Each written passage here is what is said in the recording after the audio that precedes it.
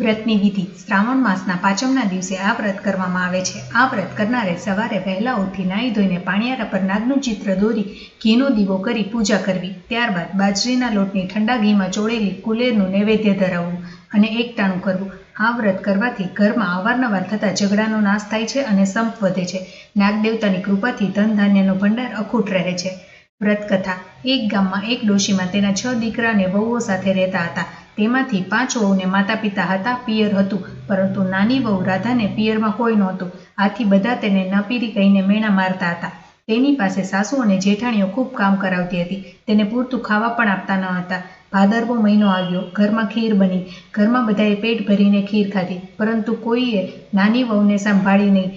આ દિવસોમાં તે ગર્ભવતી હતી, આથી તેને ખીર ખાવાનું મન થયું હતું. સાસુએ તેને તપેલીમાં જે હોય તે ખાઈ વાસણ માંજવાનું કહ્યું.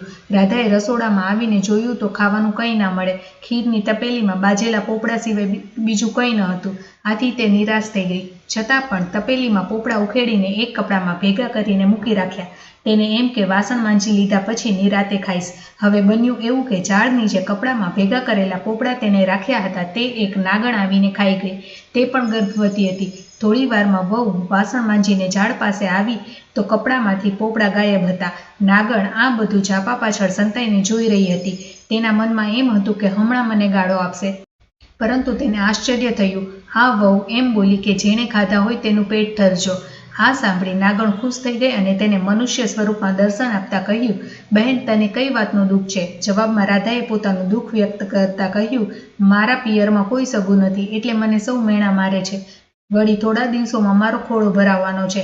મારે કોઈ ભાઈ નથી, હું કોને ખોળો ભરવા બોલાવું? આટલું બોલતા તેની આંખોમાં આંસુ આવી ગયા. નાગણનું દિલ દ્રવી ઉઠ્યું અને કહ્યું કે તું રડીશ નહીં, તારે જરાય ચિંતા કરવાની જરૂર નથી. તારો ખોળો જ્યારે ભરવાનો હોય ત્યારે એક કંકોત્રી મારા રાફડા પાસે મૂકી જજે. આ સાંભળી વહુ ખુશ થઈ ગઈ. થોડા દિવસો પછી વહુને ખોળો ભરવાનો દિવસ આવ્યો. જેઠાણીઓ નાની વહુને મેણા મારવા લાગી કે પિયરમાં તો કાળું કૂતરું નથી, પછી એને શેનો ખોળો ભરવાનો હોય?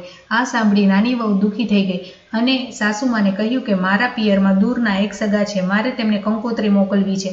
સાસુએ ના છૂટકે મોટી વહુ પાસે એક નાની ચબરખી લખીને નાની વહુને આપી. નાની વહુ ખુશ થતી થતી કંકોત્રી રાફડા પાસે લઈને પહોંચી અને ત્યાં મૂકીને પ્રાર્થના કરી ઘરે પરત ફરી.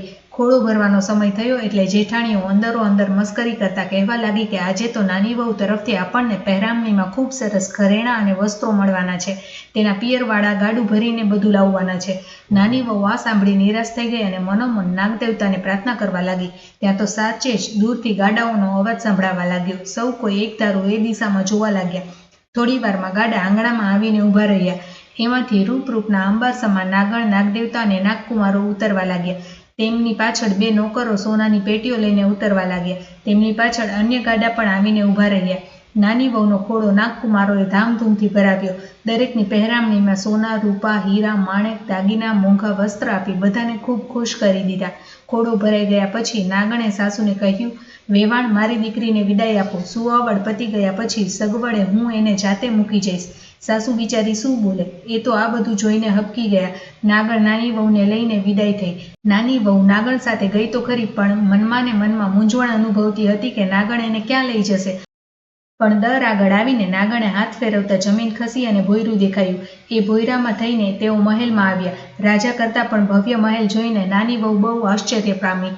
નાગણે વહુને કહ્યું કે તારે હવે કંઈ કામ કરવાનું નથી, ખાઈ પીને હિંડોળા પર ઝૂલવાનું છે.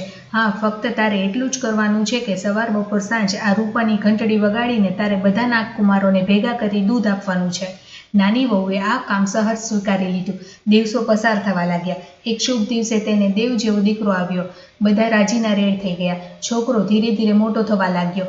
એક દિવસ વહુ વાસણમાં ગરમ દૂધ ઠારવા મૂકીને કંઈક કામ કરવા જતી રહી.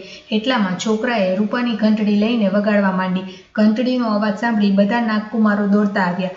આ જોઈ છોકરો ગભરાઈ ગયો અને હાથમાંથી ઘંટડી પડી ગઈ. તેમાં 2 નાગકુમારોની પૂંછડી કપાઈ ગઈ. બીજા નાગકુમારોએ ગરમ દૂધ પીતા તેના મોઢા દાજી ગયા. નાગકુમારો બાંડિયા બૂચિયા થઈ જતા છોકરા પર ગુસ્સે ભરાયા અને તેને કરડવા દોડ્યા. એટલામાં વહુ આવી ગઈ અને છોકરાને બચાવી લીધો.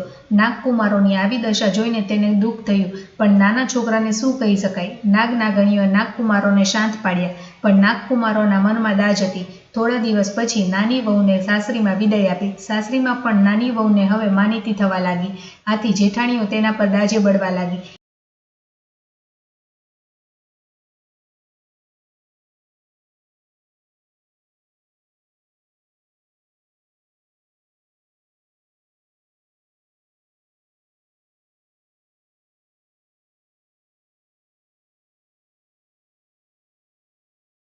આવો તેઓને 2-3 વાર અનુભવ થયો.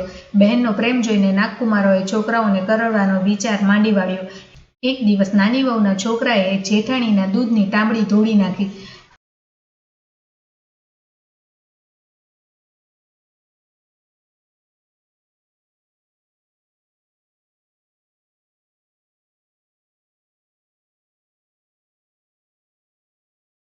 અને પોતાના દુઃખની વાત કરી. નાગમાતાએ આશ્વાસન આપીને બીજા દિવસે નાગકુમારોને ગાયો લઈને તેની સાથે મોકલ્યા. તેમાંથી કેટલીક ગાયો જેઠાણીઓને પણ આપી. આથી તેઓ ખૂબ ખુશ થઈ ગયા. આખા ઘરમાં આનંદ છવાઈ ગયો. હે નાગદેવતા, નાની વહુને ફળ્યા તેવા સૌને ફળજો.